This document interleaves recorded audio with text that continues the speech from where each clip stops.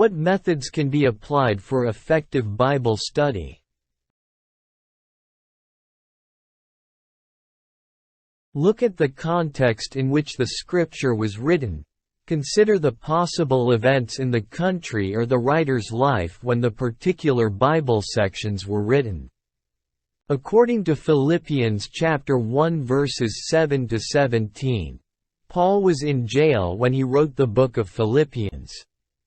When he then encourages the believers in Philippians chapter 4 verse 4 from within the prison to rejoice in the Lord at all times, you understand that even when a Christian's circumstances are dreadful, it is still possible to rejoice in the Lord. Understanding the background of the Scriptures, especially regarding the life of Jesus, is critical given the many errors and heresies being taught about him.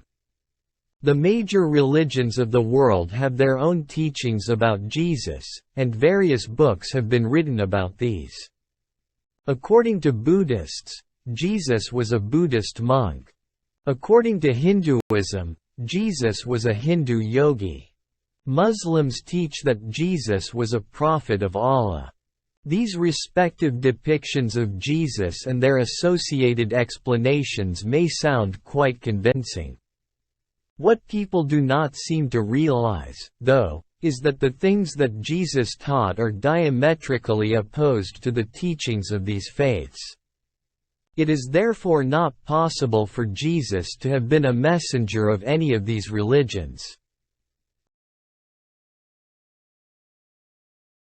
The interesting thing is that even though their followers do not accept the authority, credibility, and accuracy of the Bible, they all refer to parts of the biblical account regarding Jesus, as part of their so-called evidence.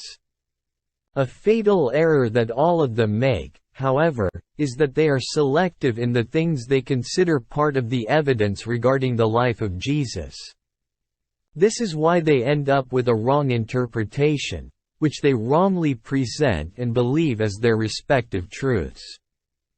Jesus did not copy anything from other religions, nor did he learn how to heal people and do miracles using their techniques. He also did not learn how to get his body into a state of deadness in order to fake his resurrection.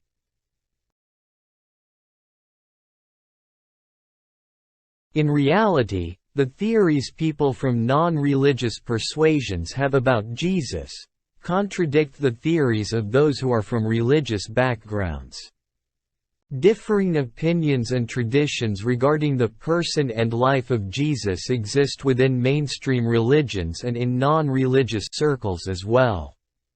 Whether they be religious or non-religious, these people are all like the many false witnesses who, though they went forward to give false testimony in order to incriminate Jesus as the Jewish council intended, actually had nothing substantial or convincing against him. Matthew chapter 26 verses 59 and 60. The real thing these wrong theories illustrate, however, is the greatness of Jesus. Jesus would not have been as eminent and notable if he had not been great in his birth, life, and death.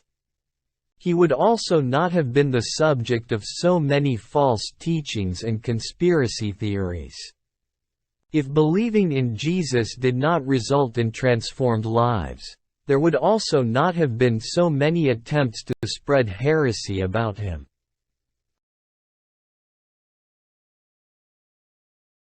When speaking about Jesus, the major world religions generally refer to him as Jesus Christ, as if Christ is his surname. If they really knew and understood the meaning of Christ, they would probably not have been so bold in referring to him as such. If people realized that the Christ of God is the Son of God, and that it is the Son of God who is the Christ, i.e., the only Son of the eternal God who made heaven and earth, more people would have believed in him.